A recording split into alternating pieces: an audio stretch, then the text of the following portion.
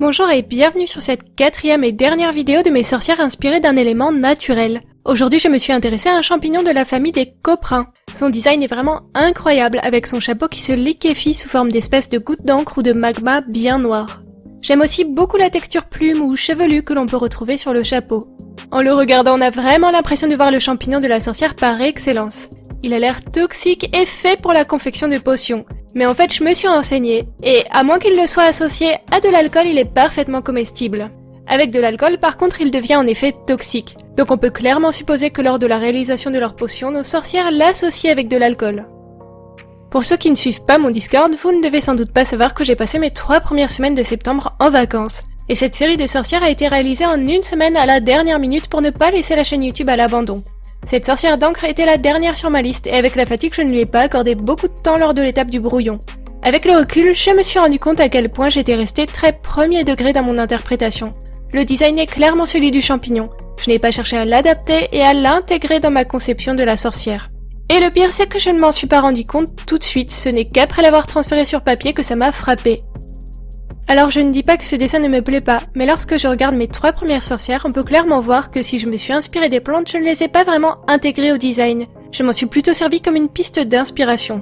Du coup ma sorcière d'encre me semble peu aboutie et complètement hors sujet. Et donc je n'ai pas pu m'empêcher de la recommencer. La décision fut très difficile parce qu'avec mon timing très serré, je savais que je n'arriverais pas à la finir avant mes vacances. Et du coup, je me retrouve ce matin.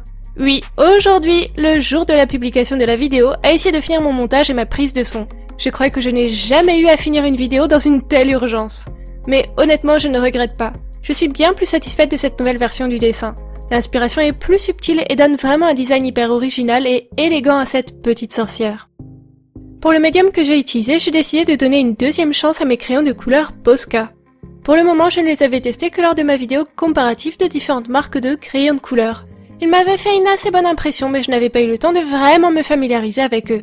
Honnêtement, je trouve qu'ils sont entre les Polychromos et les Prismacolor. Ils sont assez tendres tout en gardant une mine ferme.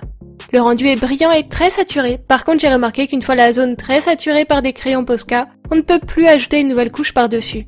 Le papier est comme saturé, presque imperméabilisé aux couleurs suivantes. Il faut donc essayer de construire sa mise en couleur en ayant la main légère et en travaillant délicatement couche par couche. Du coup forcément, ça m'a pris un temps fou. Et j'ai beaucoup regretté d'avoir choisi ce médium. Rappelons-le, mais avec ce dessin, j'étais complètement prise par le temps. Habituellement, j'ai une semaine pour travailler mes vidéos. Et pour ce dessin, je n'avais qu'1 ou 2 jours. Mais j'avais très envie de travailler cette série à la manière de mon portrait végétal challenge. C'est-à-dire à varier les médiums pour éviter l'effet trop répétitif. Ma première sorcière a été réalisée avec des encres. La deuxième avec des feutres à alcool et la troisième avec de l'aquarelle. Et donc ma petite quatrième se devait de se démarquer, elle aussi. J'utilise très rarement des crayons de couleur sur cette chaîne. Justement car je trouve qu'on perd un temps fou sur les mises en couleur et qu'on s'explose le poignet. Parce que oui, malgré toute ma bonne volonté, je finis par perdre patience et par appuyer un peu trop fort sur mes crayons.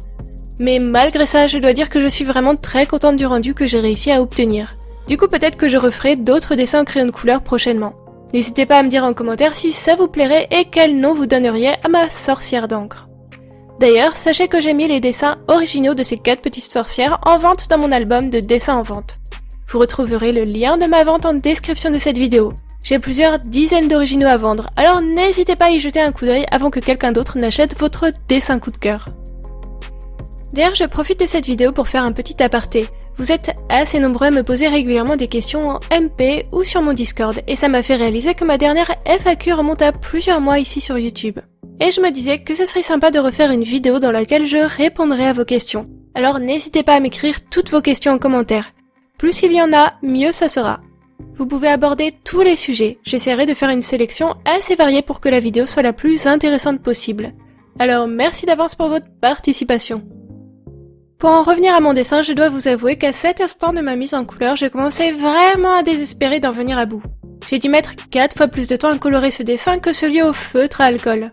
Et je n'ai pas arrêté de me demander comment j'allais m'en sortir pour le fond. Le fond m'inquiétait pour 2 raisons. La première étant le temps que ça allait me prendre, et la deuxième, mon nombre de couleurs assez limité. Je n'avais pas trop envie d'ajouter des tonnes de couleurs à cette illustration. Et je n'ai que très peu de gris et de marron dans mon set Posca. Du coup j'avoue, j'ai triché. De toute façon, ça se voit clairement à la caméra. Donc j'ai utilisé de l'encre aquarelle pour réaliser mon fond. J'ai choisi des couleurs marron-brune et je trouve que les résultats en valaient la peine.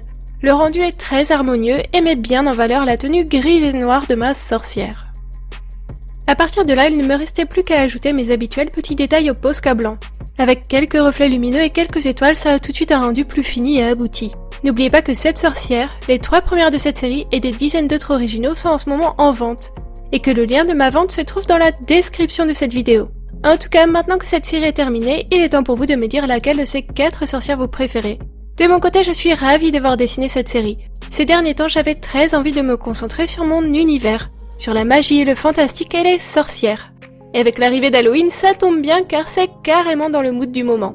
D'ailleurs, si vous n'en avez pas marre de regarder des sorcières, je suis en ce moment en train d'en dessiner une en live sur Twitch. Alors rejoignez-moi pour voir ça et pour discuter en direct avec moi. En attendant, je vous remercie d'avoir regardé cette vidéo jusqu'au bout et je vous dis à bientôt!